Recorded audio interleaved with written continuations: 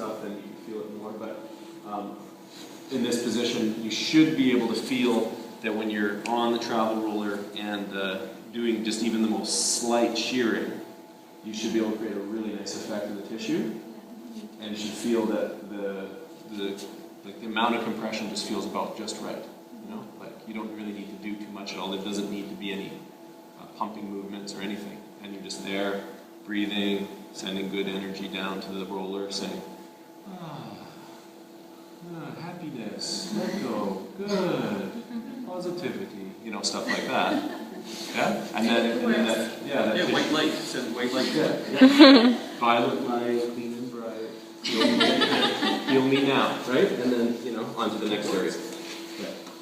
So, and to be honest, the simplicity of using the style of shearing across the tissue and not moving too much is really the key to getting this fascial work done, so those layers can pull and you can get that little bit of movement without driving into it or moving so much. Okay? Yeah, so it's sort of a subtle approach, but you can do it all through the different parts of the IT band as well. You kind of get into a nice position, pull yourself forward or back. So here I'll put my shield forward, pull that skin, and then when I'm in that position, then I can just maybe rock a little tiny bit, or just maybe move a little tiny bit. And that, just after just a few moments of it, you can come away and do a little bit of a check on yourself. And I think you'll notice that it's been an amazingly effective release of the tissue, but it feels light, and it doesn't feel damaged or doesn't feel sore.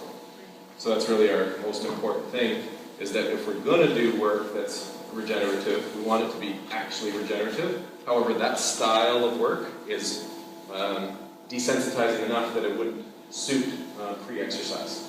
So that's where you get the different styles of work, pre-exercise or regenerative. And seems to work really well. So it seems to really let the body unload. So if you have a hot spot that really does need a lot of work, yeah. Is it a bad thing to go to that pre-exercise, like just concentrate on that? I know I heard what you said. Yeah. But I would say that the pre-exercise bandy area, where it might be piriformis, or it might be up in the shoulder, or maybe upper trap, or wherever, it might be better pre-exercise to do something a little bit more aggressive and faster, just to actually dull the nerves and the sensors down a lot, and just go into it that way, even though that might not be the nicest thing to do, but that's what people tend to do, right?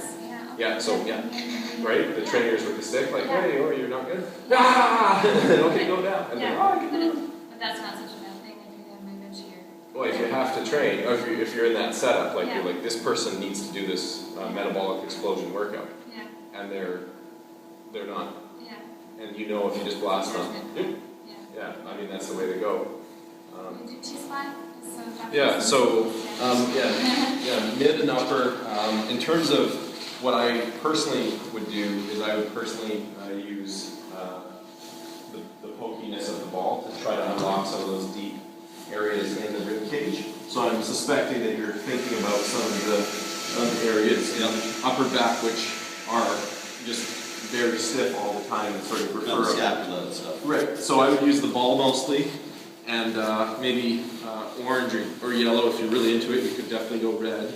And when you drive into the right areas and you figure it out, you would sweep the scapula away from the upper back, and then when you're in that zone, wherever it might be, and anatomically speaking, it could be a variety of different deep structures and superficial structures. But really all you need to do in there is really just create a decent amount of compression and be patient for maybe 15 to 30 seconds in the area generally. You can do a little bit of shear if you like, but a lot of this will actually feel quite pokey.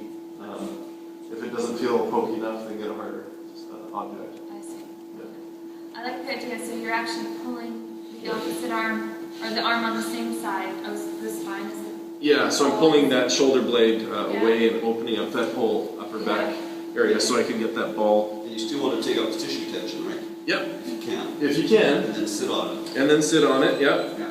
And you could add in little head movements, you could add in more arm movements to sort of change some of the vectors of fascia that are all interrelated there. Right.